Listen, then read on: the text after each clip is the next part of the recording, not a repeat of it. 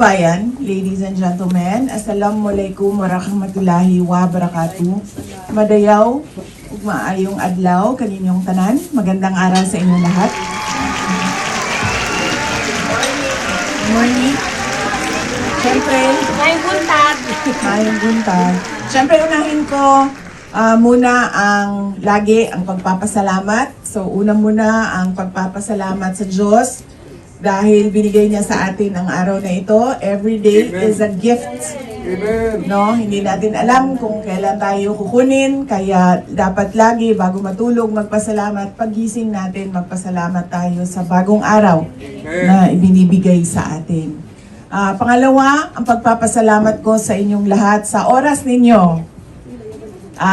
Happy ako dahil Sunday, siguro walang mga pasok, no? Walang mga trabaho. Pero kahit Sunday, alam ko kailangan ninyo maglaba at maggrocery para sa darating na linggo. Pero binigay ninyo ang umaga ninyo para sa ating pagtitipon dito ngayong umaga. Maraming salamat sa oras.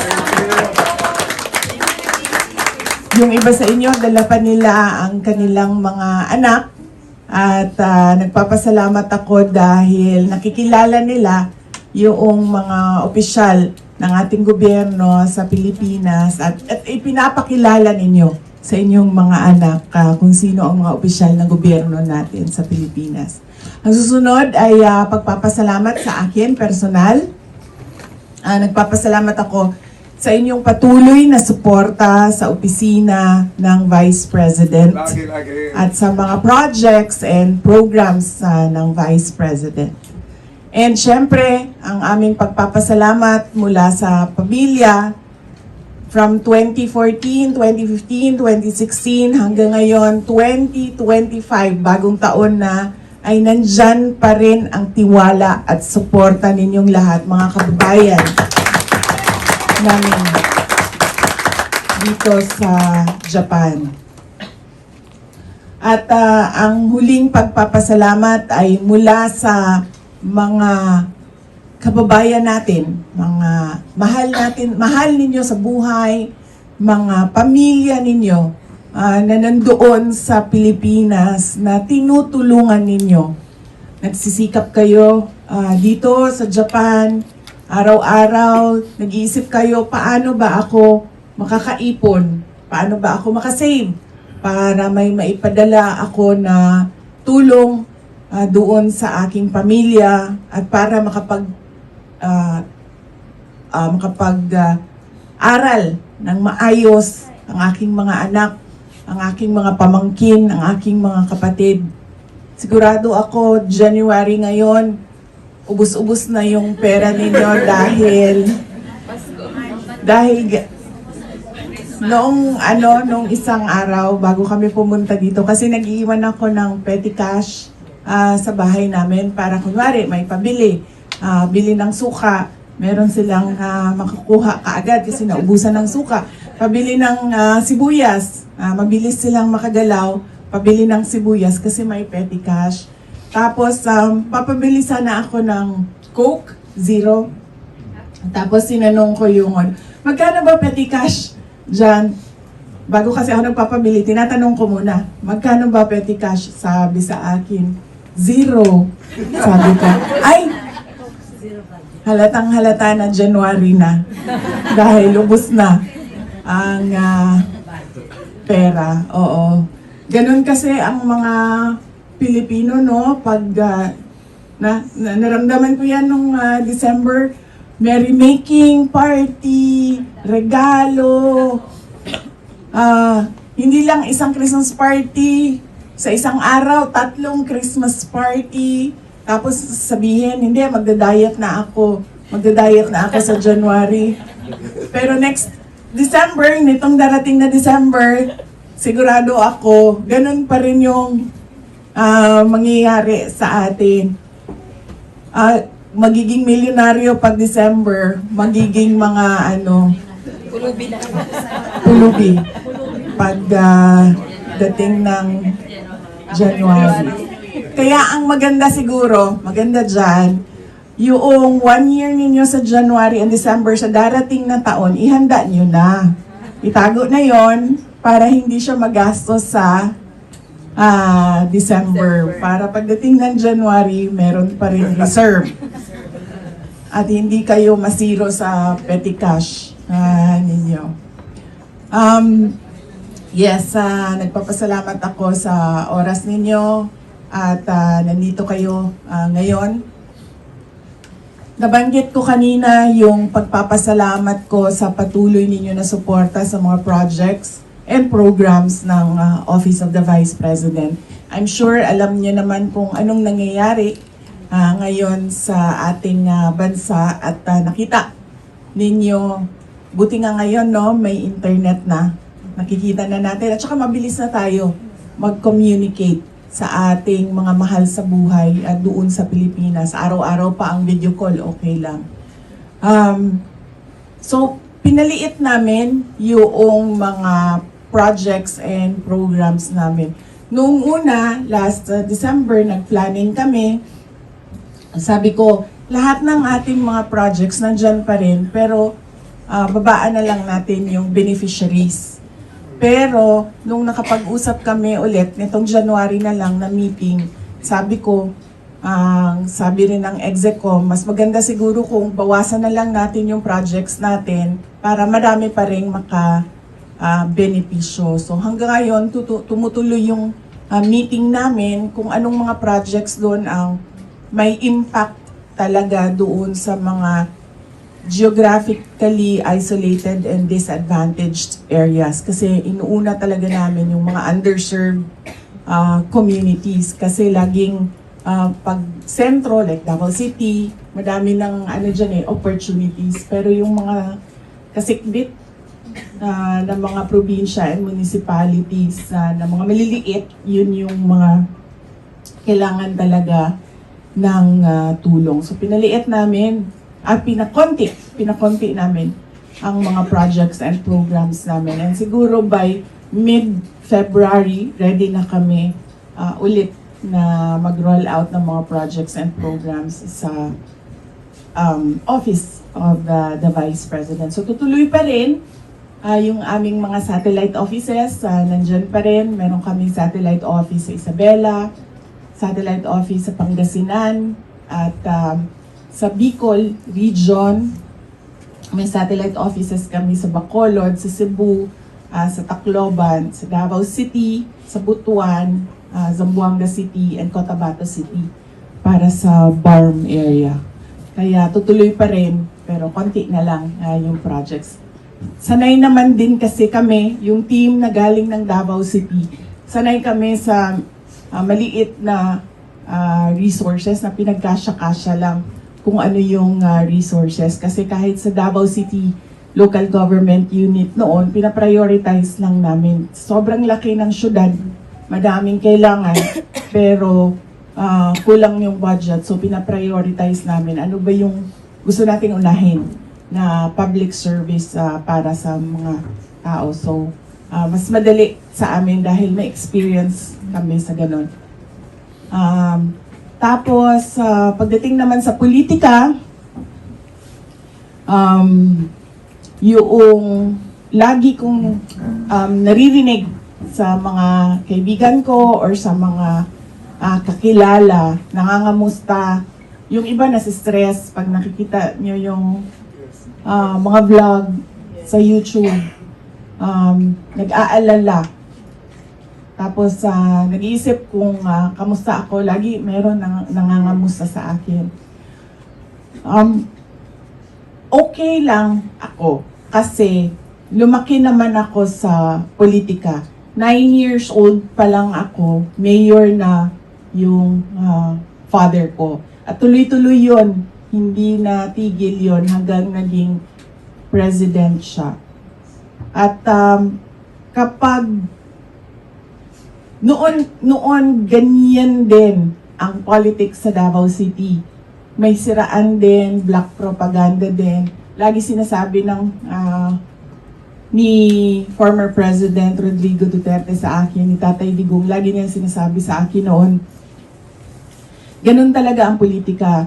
dudumihan ka ng kalaban mo para magmukha siyang malinis. Sabi niya, they will always paint you black so that they will look white.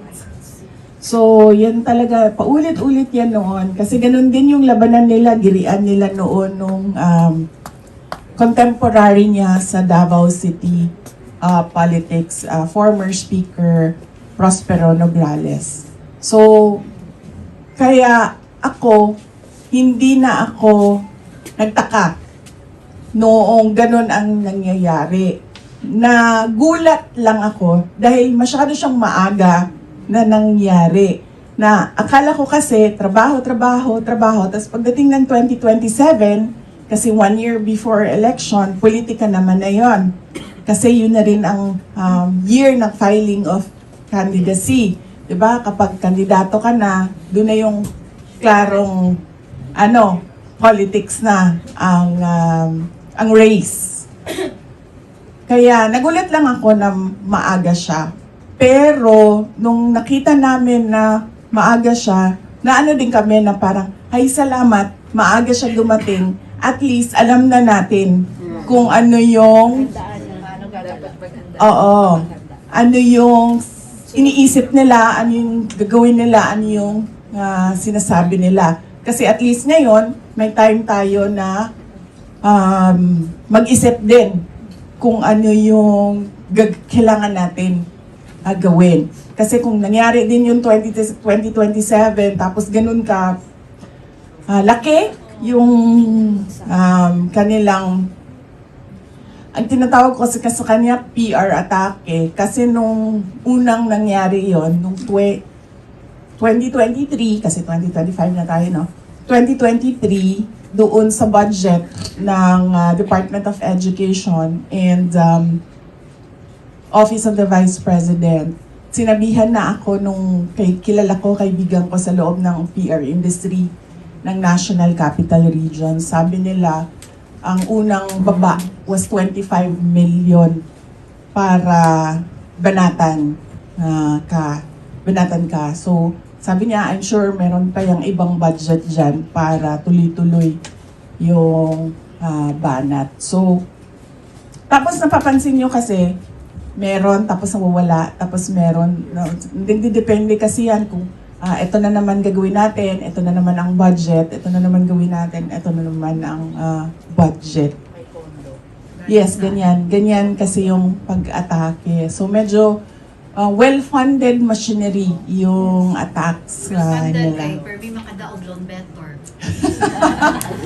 Nasa Guinness, nakita ko nga yung meme, nasa Guinness Book of World Records na daw tayo for most number of winners in 1 month in 6 digits na lotto. Yung kaya. Billions na, no? Billions in 1 month. Kaya nga sabi ko nga sa kaibigan ko, sabi ko, alam mo, mathematically impossible talaga itong nangyayari na ganun, may nananalo lagi. Matik-matik naman nila, BP. Mikos man. Yes. So yun. So, okay lang ako. Huwag kayo mag-alala sa akin. Expected, but hindi expected na maaga. But siguro gawa na rin ng Diyos na maaga para maaga ka rin maghanda. Tsaka ma-reveal ko nilang kamangtas. Marindi lang ilangan kamangka. Tinuon na, ma'am. Daghan yung kaay ka na ganing mga amigo. Abi ni mga amigo ni mo pagka humandili di ay. Tapos na-realize ko, ang meron lang akong realization, ma'am, na lahat pala ng politiko ay hindi mo kaibigan. Ang kaibigan mo lang talaga yung taong bayan. Inday Sara! Duterte! Inday Sara! Duterte! Oh, totoo yan. Kasi wala, ubos, kaibigan ko yan, yung iba sa kanila, ma'am, na umaatake sa akin. Kaibigan ko yan sila from 2016, from 2019, ng mga elections. Nagugulat ako. Yung isa pa nga, nag-sorry yung papa niya sa akin privately. Sabi niya, pasensya na. sana maging maayos lahat. Yun ang sabi ng papa niya. Alam ko na yung mama niya, Bisaya. So, sinabihan ko din pero yung father niya, Tagalog, dating congressman. Sabi ko, basta mga Bisaya, mukuan man na, mo laban na. Sukol. Tapalupigoy. So okay lang ako, huwag mag-alala. It's all part of politics. It's all part of politics. Pagdating naman sa mga cases, ito ang isa sa mga pinagpapasalamat ko kay President Duterte kasi malaki talaga siya sa education Yung habang lumalaki kami, yun talaga ang emphasis niya, education. Lalo galing sa generation nila, yung sobrang hard yung disiplina pagdating sa education. So nagpapasalamat ako sa kanya dahil siya talaga yung nagsabi sa akin noon na parang hindi ka tao. Hindi ka tao kapag hindi ka abogado o hindi ka doktor, hindi ka tao sa paningin ko. Ganun siya sa amin pagdating sa education. Kaya pagdating ko din ng postgraduate, wala din talaga akong choice kundi pumasok ng medicine or pumasok ng law dahil hindi ako makakauwi ng bahay namin. Kasi hindi ka tao. Hanggang makakapasok sa pinto, hindi ko alam saan dumadaan ang mga tao. Hindi tao, papasok ng bahay. When you're young, meron kang tendency na mag-rebel. When you're young, hindi mo maiintindihan. Pero nung eto na ngayon, yun talaga ang the only kung meron man sasabihin sa akin, isa na pwede mong ipagpasalamat sa magulang mo, yung emphasis nila sa education. Kasi pagdating na ngayon sa mga kaso, naiintindihan ko na madali sa akin intindihin as a lawyer kung ano ang kailangan gawin, kung ano ang mga pwedeng posibilidad na mangyari. Noong 'di ba, pag December, magsama-sama yung mga pamilya, 'di ba? So sa amin, pag December 24, dumadating talaga yung father ko sa bahay ng mother ko dahil doon nila nakita lahat ng apo. Nakita yan nila lahat ng apo. Tapos ang discussion yan is, itong apo na ito, ano ng grade, itong apo na ito, anong natapos. Ganyan, education pa rin ang discussion. So, ina-update nila ang sarili nila, anong grade na, anong natapos, anong ginagawa nung mga apo. So, nung December, sabi ko sa kanya, sabi niya, kumusta? Kumusta mga kaso mo? Sabi ko, meron akong 4 na disbarment, 3 impeachment cases.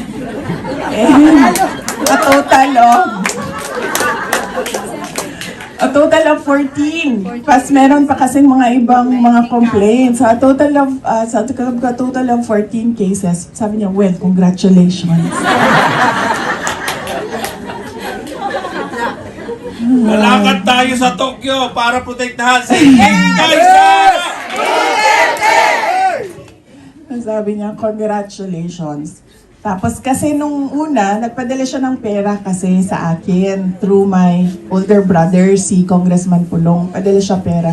Kasi sinabihan ko yung kapatid ko, sabihin mo sa kanya, huwag na, nahihiya ako. Okay naman ako kasi the moment na nag-announce si Franz Castro na meron siyang impeachment noong 2023, naghanda na rin kami. Meron na kaming kinausap na lawyer. So from that time hanggang ngayon, yung lawyers na yon, sila na yung tumututok doon. So sabi ko, wag na. Tapos sabi niya, hindi mo tinanggap ang pera ko. Sabi ko, wag na, anuhin mo na lang yan sa retirement mo. Or sa kay Kitty, or nag-aaral pa kasi yung isang kapatid ko. Or kay Amira, yung pamangkin ko na nasa kanya. Hindi, apo ko na nasa kanya. Andan sabi niya na, so ayaw mo yung pera ko, hindi mo tanggapin yung pera ko, mag-abogado na lang ako sa'yo. Pwede ba yun?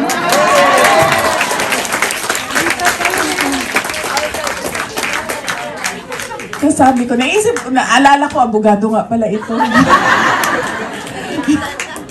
So sabi mag-abogado na lang ako sa'yo. Sabi ko, syempre matanda na ba, 80 years old na, so ayaw mo na i-agitate yung matanda. Si mabilis, mainis. So sabi ko, okay. Sabi niya, hindi. Totoo, mag-abogado ako sa'yo. Sabi ko, okay nga, walang problema. Sabi ko, pipinuma ka lang naman, di ba? Sabi niya, hindi. Ipapatawag ko si Franz Castro. Ipapatawag ko si...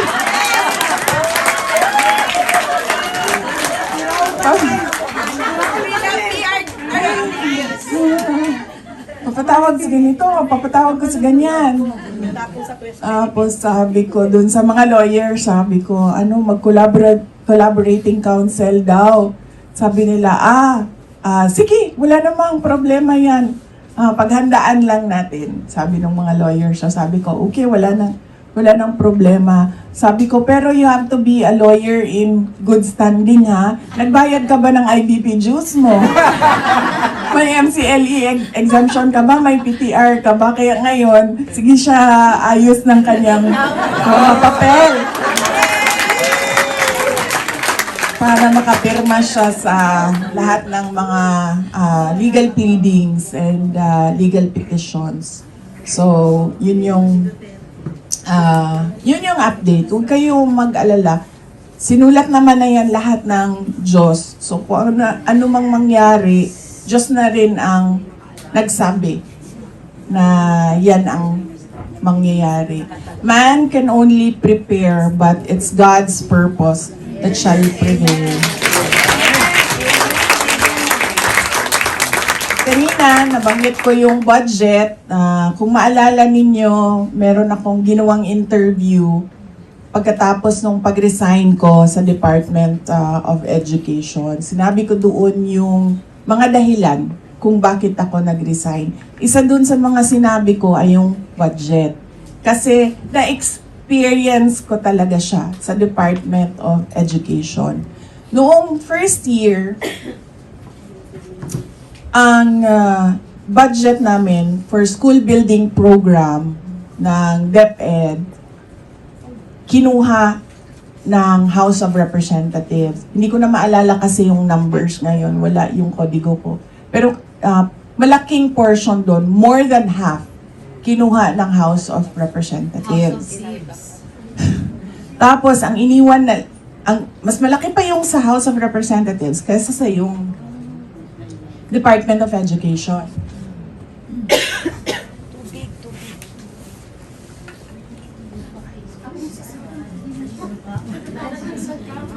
Okay lang. Tapos,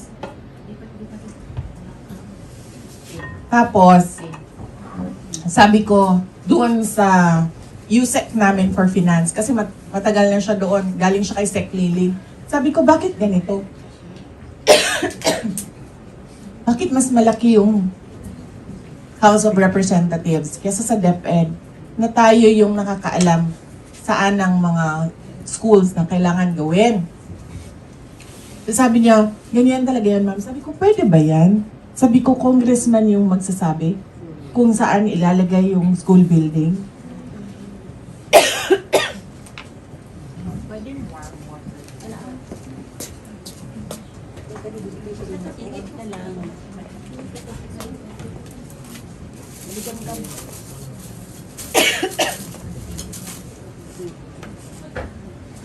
Nagbe-dry kasi yung lalamunan. Tagi tubig. Tagi siya tubig kay nagdili. Mabuk na ulit siya. Dili na siya ha. Dili siya okay.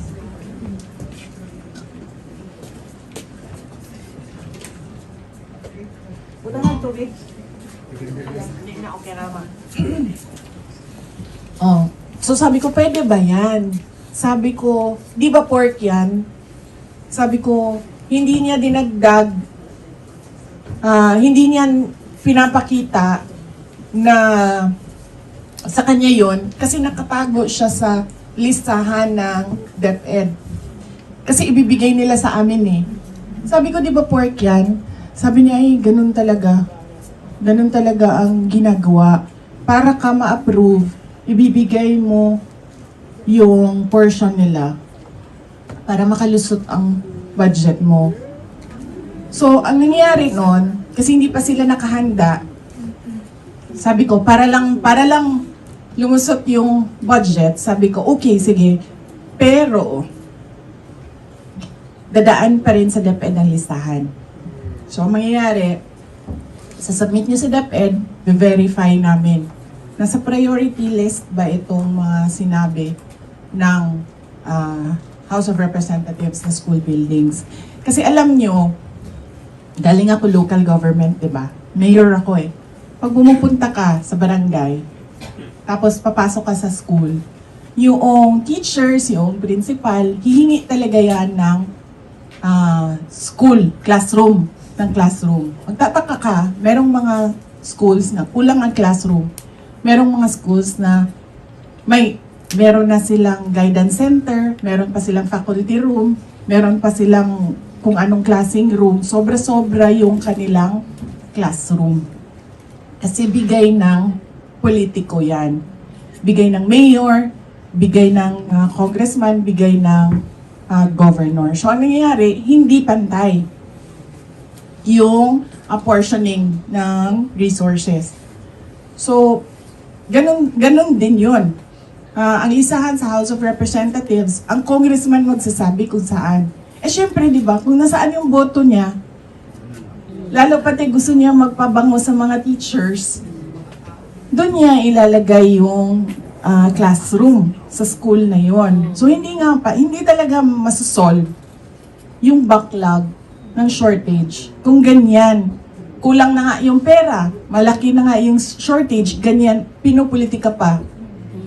So, sabi ko, pork yan. Sabi nung, sige, para lumusot, sabi ko, para ma-approve na yung budget, lumusot na yung budget natin, bigay nila sa atin yung list, i-verify natin kung totoo nga may need at the school level. Kaya medyo tumagal. Tumagal yung 2023. Kasi bine-verify sa school kung may kailangan ba talaga. Tapos dumadaan pa siya sa DBWH, bine-verify nila ulit. Soil testing, kung meron ba talagang area. Kasi meron minsan politiko nagbibigay ng classroom, wala namang area. Doon sa paaralan. So, pag the next year,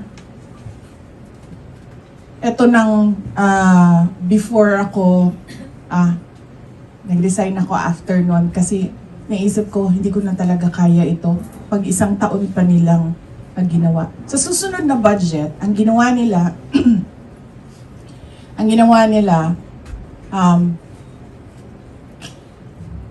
dinagdagan nila ang budget ng Department of Education ng 5 billion. I think yung budget namin nasa 19 billion ang school. Ang kinuha nila na 5 billion, kinuha nila sa repairs. So may 6 billion kami for repairs ng mga classroom. Kinuha nila yung 5 billion, dinagdag nila sa new construction. So ang 19, 20, 21, 22, 23, 24, yun ang binigay nila sa DepEd. Kinuha nila yung buong 19. At natuto sila. Natuto sila kasi the previous year, sinabi ko, dadaan sa DepEd yung listahan. Before ako nag-resign, ang ginawa nila, nilista na nila yung mga paaralan, saan na paaralan, ilang classrooms. Tapos inattach nila sa General Appropriations Bill, sa GAB. Nilagay nila doon. So pagdating ng GAB sa Senate, nakalagay na yung listahan. Sabi ko doon sa isang newslet namin sa DepEd, sabi ko, alam mo, kung pork yun na tinago niya sa listahan ng DepEd, lalong pork yan. Kasi siya na mismo ang naglagay ng listahan. Sabi ko, i-question na natin yan sa Supreme Court ang budget. Sabi niya, kapag kinasyon mo kasi yan, tatagal tayo. Tatagal yung budget natin, hindi tayo makakagalaw. So sabi ko, okay, dito tayo sa mga senators. In fairness sa mga senators, tinanong nila during the budget hearing nila, tinanong nila kung maalala nyo yung interpellation ni Senator J.V. Estrada. Tinanong niya talaga, sa inyo ba nanggaling ang listahan? Hindi. Sino gumawa ng listahan? Pero, syempre pagdating sa BICAM, 2 tao na lang ang nagdidesisyon yan. Si Zaldico at si Martin Romualdez. Wala ring nangyari. Tuwa na. Alam, kusmekos. So yun, napaisip ako, sabi ko, ganito ang gagawin nila. Sasabihin nila lagi, babanatan ka nila lagi, tapos hindi ka pa nila papagalawin ng maayos sa trabaho mo. Parang sobrang hindi na tama yung ginagawa. So sabi ko, alis na lang ako dito kesa ako na naman yung pipirma. Masakit sa loob ko na ako na naman yung pipirma as Department Education Secretary. And alam ko kung anong nangyayari doon sa loob. Masakit sa akin na hindi ako makaprotesta kasi kasama ako. Ako yung secretary mismo. So magrereklamo ka pa ba sa sarili mo? So, mangga ka talaga. Mangga. Well, hindi naman nila dinideny, ma'am, na lumapit talaga sila para manalo sa kasi kailangan talaga nila ang Visayas in Mindanao. At alam naman nila yon. Kaya hindi nila ma-deny kasi ang motivation talaga nila para lumapit is para manalo. Kasi sinabi talaga yon. Hindi namin kakayanin na matalo si Lenny kung walang Mindanao vote. So, una pa nga, sinabi ko noon, lumapit kay PRD. Si PRD, sabi niya, tatakbong Vice President. Tapos sabi ko, lumapit kayo kay Bato. Tumatakbo naman, kay first, si Manny Pacquiao. Sabi ko, lapit kayo kay Manny Pacquiao. Sabi nila, lumapit na kami. Sabi ni Manny Pacquiao, ang Diyos daw ang nagsabi sa kanya na tumakbo siyang president. Sinabi niya yun. Sinabi niya yun. And then sabi ni Senator Aimee na, sabi niya, how can you argue with God? So sabi ko, okay, sige, let's move on. Sabi ko, punta tayo kay Senator Bato. Kasi tumatapo ng president yun. Pa-slide niyo lang to Vice President. Sabi niya, hindi na. Kung pwede, ikaw na lang. So alam namin yung arrangement na motivation. Alam namin yung motivation is political. Pagdating naman dun sa akin, sabi ko, meron pang mga build o yung mga big ticket projects na pending. Kasi kulang yung 6 na taon para sa isang malaking project. Kulang ang 6 years ng isang president. Kaya kailangan talaga ng continuity. Kailangan ng plano. Yawi na budol. I'm sorry.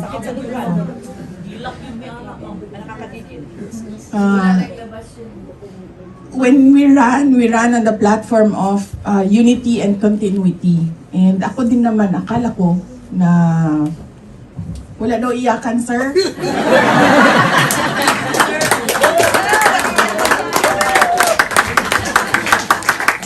Nagpatuloy ang buha ni Tanan tungod kay gitalangga ka na mo. Lagi ganing magtanaw mo og vlog or YouTube nga kana pangdaot nya malain inyong ayaw na magtanaw. Mo na ako ang ginaingon sa ko ang mama. Ingko ma. Ngano? Ya chismosa man ni mo.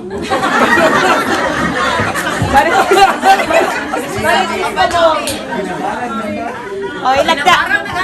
Oy, lagda. Magbabarang diri mo. Magbabarang mo ro. Di barang na niya. Barang niya, ma'am. Ang barang niya, ma'am, nabubugangin sa kuha niya, lagi tutok-tusok.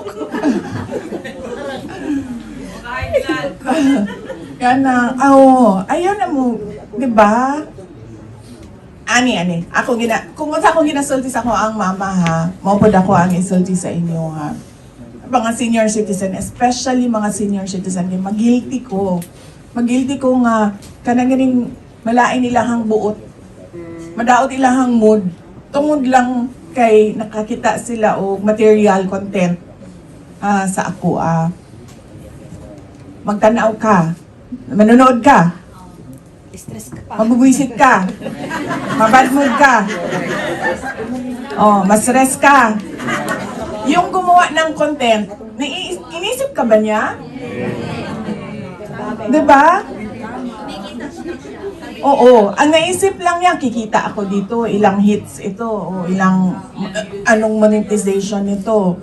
Inisip niya ba yung stress mo? O so bakit ka magpapastress sa kanya? Diba?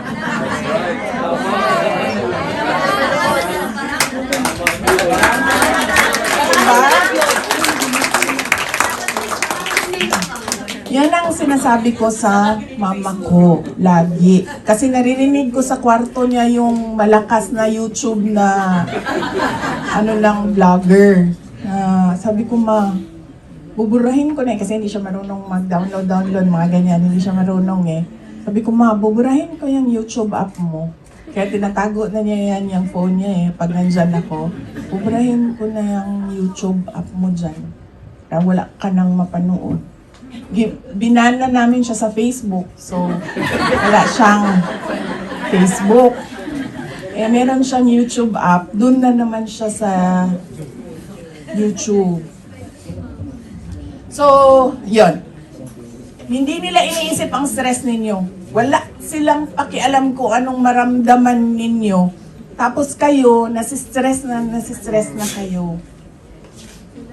Diba? So ngayon, ma'am, sila ang ma-stress sa amin. O, dapat ganon. Sila ang ma-stress, sila ang mainis. Okay, napupuyat kami manood, ma'am. O, diba? Tapos mapuyat ka the next Mag-away pa. Hilong-hilo ka na. O, the next day, hilong-hilo ka na. Pagsasalita na Tapos, mag-isa. may ambag ba siya sa kailangan mo gawin sa susunod na araw? Wala siyang tulong doon. Hindi ka niya tutulungan doon. Pero nabwisit ka na. Madumagal ng wrinkles na nang uban sa buha. Ako wala akong social media Wala akong controlled siya sa social media ko. Kontrolado siya ng office namin. Dati nasa akin siya. Pero kinuha nila. Kasi sabi nila, mapapaaway ka lang lagi. So, ang content natin is negative. So, hinawakan nila, hindi, wala akong access sa social media. Pati yung, nakakatawa nga, kasi pag wala ka access sa Facebook, wala kang TikTok, ganun. Pag nakakahiram ako ng telepono ng kaibigan ko, sabi ko, may pinadala sa akin na link, pwede ko ba ipadala sa'yo tapos buksan mo? Kasi hindi ko mabuksan, di ba? Kasi wala ako. So, pinapadala ko doon. Tapos, ino-open niya sa kanyang Facebook app. Tapos, titingnan ko. Tapos, dire-diretso na yon. Hindi ko na mabalik yung telepono niya kasi so, mga isang oras na yun bago mabalik yung cellphone. Nakakatuwa siya, pero, or nakaka-stress, depende sa content na tinitingnan mo, pero hindi siya nakakatulong sa inyo. Talaga nasasayang yung oras ninyo. Kaya gamitin nyo yung screen time na option ng inyong mga phone na kapag isang oras na, mamamatay, hindi ka na pwede maka-access. Next day ka na maka-access na. Ano yung apps nun? We are smart enough. The help for 30 minutes, 50 social minutes. media is we are smart enough to balance na this time. We know you, we know your family, where you're from Davao, taga Davao, ang uban, taga ano. And then we can balance already. Kaya nakikita naman din namin sa social media din. Oo. So we can fight also. Kahit na nagsakit ng among dughan. Ilang buwan na lang ang limit. Ilang buwan na lang. Wala na wala yung Alam niyo ba na isa sa causes ng cancer is stress? Totoo yan. Sinabihan sinabihan talaga ako niya kasi every year yung check-up ko, kasi si mama, di ba, nag-cancer ang mama ko. So, pagkatapos nung nangyari sa mama ko, every year na yung check-up sa akin kasi minomonitor siya. Tapos, sinabihan ako ng doktor, pag-ultrasound niya sa akin, sabi niya, meron daw study na isa sa triggers ng cancer cells is stress. Kasi pag na-stress ka daw, yung hormones mo, Cortisol hormones. oo, grabe daw yung sa loob. So, naku-confuse daw yung body mo, nag-create siya ng abnormal cells. Kaya nagkaka-cancer. So, yun yung...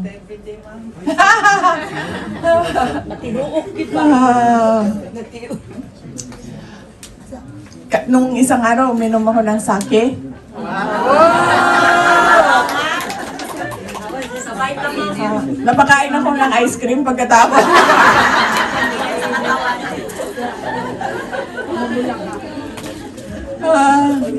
Masarap yung, hindi ko man alam ano yun, Japanese man yung sulat ng pero masarap siya.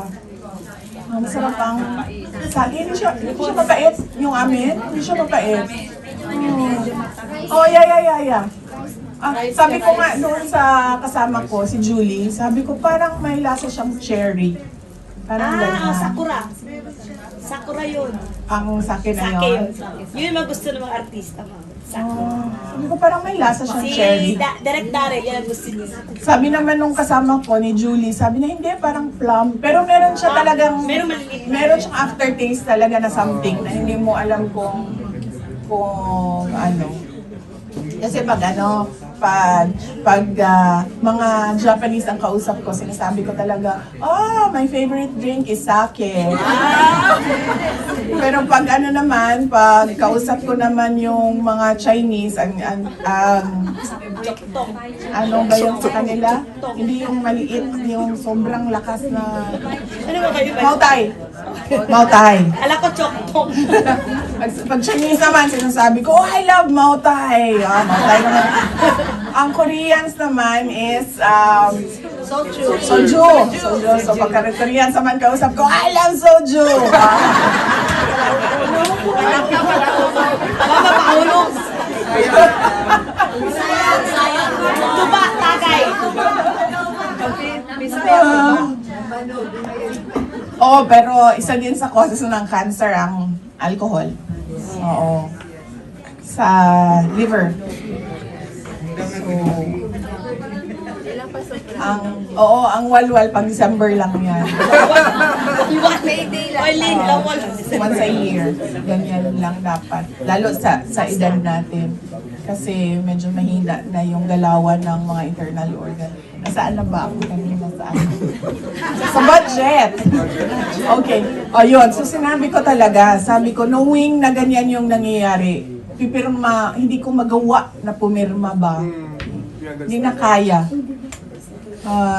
ng konsensya. So sabi ko, tututok na lang ako ng Office of the Vice President. Pagdating naman dun, pagkatapos ng resignation, hindi na tumigil yung banat nila. So, tinanggap na lang ng tinanggap. Lagi ako tinatanong, nakaka-apekto yan sa standing mo? Sabi ko, hindi naman ako kandidato. Wala pa namang eleksyon na para sa akin. So, ipoproblemahin ko pa ba yan? Hindi naman ako kandidato. So, tinatanggap lang kung ano yung meron. Pag may kaso, abogado. Pag may hearing, nakikipag-away.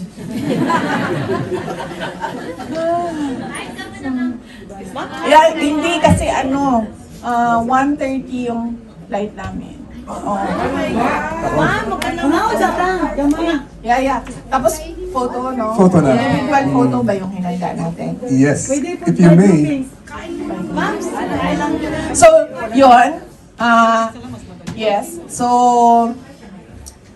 we hope and I really believe that the Philippines will be great. Naniniwala. Yes.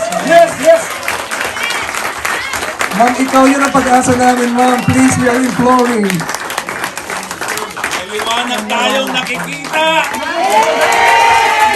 Please! Ma'am, question po. This coming 2028, may posibilidad po bang tumakbo kayo? Ma'am, please! Please! Please! Yes, ma'am. Para mapaghandaan namin lahat. We are serious. Maghahanda tayo.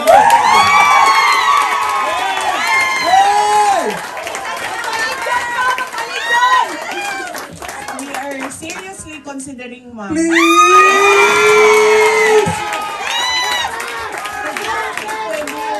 Tuloy-tuloy yung Yes. nangyayari ngayon, ma'am. Mama, awa ka! Hindi siya Ikaw pwede lang ang pag-asa namin. backslide.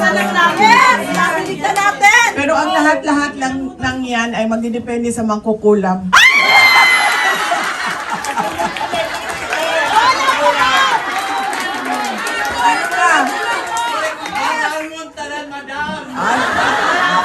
Ay, mangkukulam pala ito siya, hindi manghuhula. Pwede mo ba idagdag na lang doon yung career or na manghuhula.